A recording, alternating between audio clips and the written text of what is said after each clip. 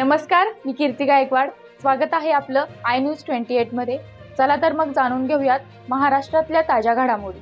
वाड्यामध्ये व्यापाऱ्यावर सुपारी घेऊन जीवघेण हल्लेखोरांना वाडा पोलिसांनी पकडले। सुपारी घेऊन जीवेठार मारण्याच्या उद्देशाने स्कूटी व मोबाईल घेऊन पसार झालेल्या आरोपींना पकडण्यात वाडा पोलिसांना यश आले आहे। 20 जुलै 2025 रोजी ऋषिकेश नितीन मनोरे या व्यावसायिकावर रात्री 2:30 वाजलेच्या सुमारास आपले दुकान बंद करून घराकडे परतत असताना गणेश मैदानाच्या मागे अज्ञात इसमांनी रस्त्यात हात दाखवून गाडी थांबवून एक फोन लावून द्या ऋषिकेशने गाडी थांबवली। गाडी थांबवतात एकाने डोळ्यात मिरचीची पूड टाकून तर दोघांनी धारदार शस्त्राने डोक्यावर, हातावर, पायावर गंभीर दुखापत करत ऋषिकेश हा गाडीवरून खाली पडताच त्याची स्कूटी गाडी व मोबाईल घेऊन पसार झाले। या घटनेची वाडा पोलिसांना माहिती मिळताच घटनास्थळी पोलीस दाखल झाले। तात्काळ तपास सुरू करत सीसीटीव्हीच्या मदतीने तांत्रिक बाबींवरून काही दिवसातच आरोपींना गजाआड करण्यात वाडा पोलिसांना यश आले आहे। आरोपींची चौकशी करतातच कौटुंबिक वादातील अंतर्गत वादातून हा सूड घेण्याकरिता ऋषिकेशची काकी राधिका मनीष मनोरे उर्फ राधिका अविनाश जाधव हिने 1 लाख रुपयांची सुपारी दिल्याचे आरोपींनी कबुली दिली। तात्काळ तपास करून राधिकाईस न्यायालयात हजर करता तिला नोटीस बजावून चौकशी काळात तुम्हाला हजर व्हावे लागेल असे सांगण्यात आले। हा सर्व तपास पालघर पोलीस अधीक्षक यतीश देशमुख, त्यांच्या मार्गदर्शनाखाली पोलीस निरीक्षक दत्तात्रय किंद्रे, गुन्हे प्रगटीकरण शाखेचे PSI सागर मालकर, ASI दयानंद पाटील, कॉन्स्टेबल गजानन जाधव, संतोष वाकचौरे, संजू शिरवसे या पथकाने अतिशय चपळतेने आरोपींना गजाआड केले। पुढील तपास पोलीस उपनिरीक्षक मुंडे साहेब करत आहेत।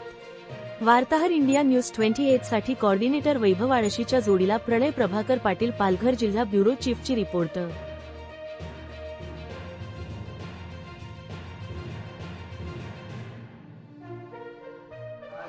हल्ला केला होता, या हल्ला करण्यामागे कारण काय होतं आणि आता किती आरोपी आपल्याला सध्या अरेस्ट आहेत आणि कोर्टाने त्यांना कुठपर्यंत आता पोलीस कस्टडी दिली? ऋषिकेश मनोरे जो मुलगा आहे हा वाड्यामध्ये एक छोटंसं दुकान चालवतो, त्याच्यावर उदरनिर्वाह चालतो।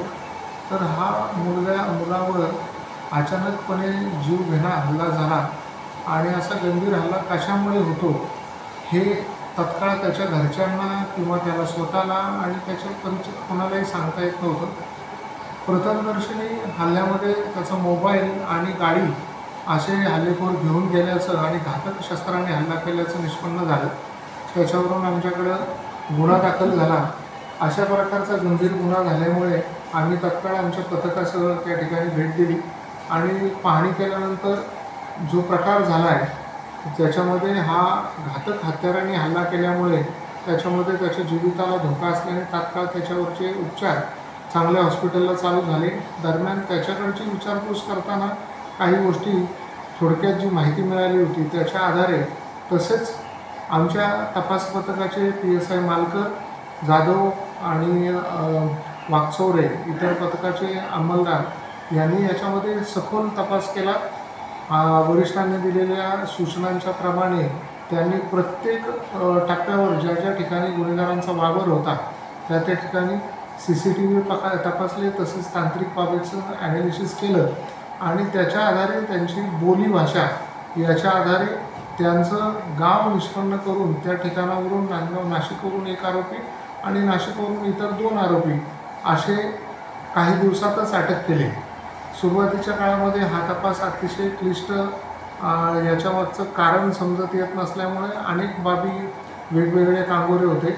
ह्याच्यामध्ये ऋषिकेशचं नुकतंच लग्न ठरलेलं होतं आणि ऋषिकेश स्वतः आणि त्याची होणारी पत्नी ही देखील अशाच पद्धतीची आर्टिस्ट आणि यूट्यूबर असल्यामुळं बरेच संशय आमच्याकडे लोक व्यक्त करत होते।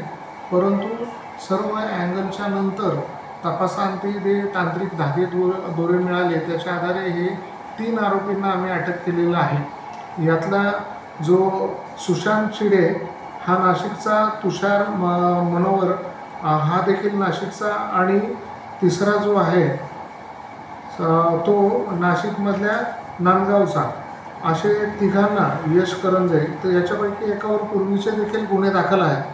त्यांच्याकडे जेव्हा विचारपूस केली तेव्हा एक लक्षात आलं की यांनी चोरीच्या उद्देशापेक्षा त्यांना मिळालेल्या सुपारीमुळे हा गुन्हा केलेला आहे। त्यांना 1 लाख रुपयाची सुपारी देऊन याच फिर्यादी ऋषिकेश मनोरे याच्या सख्या काकूने हा गुन्हा घडण्यासाठी प्रवृत्त केलं आणि त्यांनी ही सुपारी देऊन त्याला मारण्यासाठी 30,000 रुपये तत्काळ दिले आणि नंतर हे नियोजनबद्ध पद्धतीने केल्यामुळे हा सगळा कट केल्यामुळे हे आरोपी बाहेरचे आणि यातील घडवून आणणारी जी महिला आहे ती देखील ठाणे येथील आहे. आता सध्या ती इथं राहत नाही आणि त्याचा फायदा ती घेऊन एवढ्या काळासाठी लपून राहिली होती.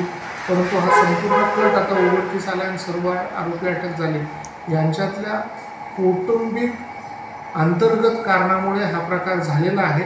त्याच्याबद्दल सखोल तपास पोलिसांचा चालू आहे. लवकरात लवकर आम्ही त्यांच्याविरुद्ध कडक कारवाई करणार आहोत. तर ह्या तपासामध्ये तुम्ही अँगल तपासताना ह्या मुलाचा ट्रेस तुम्हाला कसा लागला? हा जो मुलगा आहे याच्यामध्ये वेगवेगळे अँगल होते, परंतु या ठिकाणी तांत्रिक बाबींचा अभ्यास आणि फिर्यादीने दिलेली माहिती हीच महत्त्वाची होती. त्याने दिलेल्या माहितीमधले जे भाषेचे कांगोरे होते त्याच्या आधारे हा तपास आणि दिशा ठरली. आता या कटामागची जी महिला आहे मुख्य जी सुपारी देणारी ती महिला आपल्याकडे अटक आहे का? तिच्या विरोधात काय कारवाई झाली का? त्या महिलेला देखील आपण निष्पन्न करून तिला नोटीस दिलेली आहे. महिला आणि तिची लहान मुलं असल्यामुळे तिला अटकेची परवानगी रात्रीच्या वेळी मिळाली नसते, पण त्याच्यानंतर तिच्याकडे चौकशीचा तिला नोटीस देऊन कारवाई चालू आहे. चौकशीमध्ये पुढील गोष्टी निष्पन्न होतील. त्याच्यानंतर ती आता सध्या तिच्या राहते घरातून पारंगत झाली आहे, पण तरी देखील आम्ही तिला पुन्हा पकडून माननीय न्यायालयासमोर हजर करणार. या आरोपींची याआधी गुन्हेगारी पार्श्वभूमी आहे का? हा, या आरोपींमधल्या एका आरोपीविरुद्ध यापूर्वीचे गुन्हे दाखल आहेत. यांना न्यायालयाने आतापर्यंत किती तारखेला पोलीस कस्टडी दिली? न्यायालयाने यांना उद्यापर्यंत पोलीस कोठडी दिलेली आहे.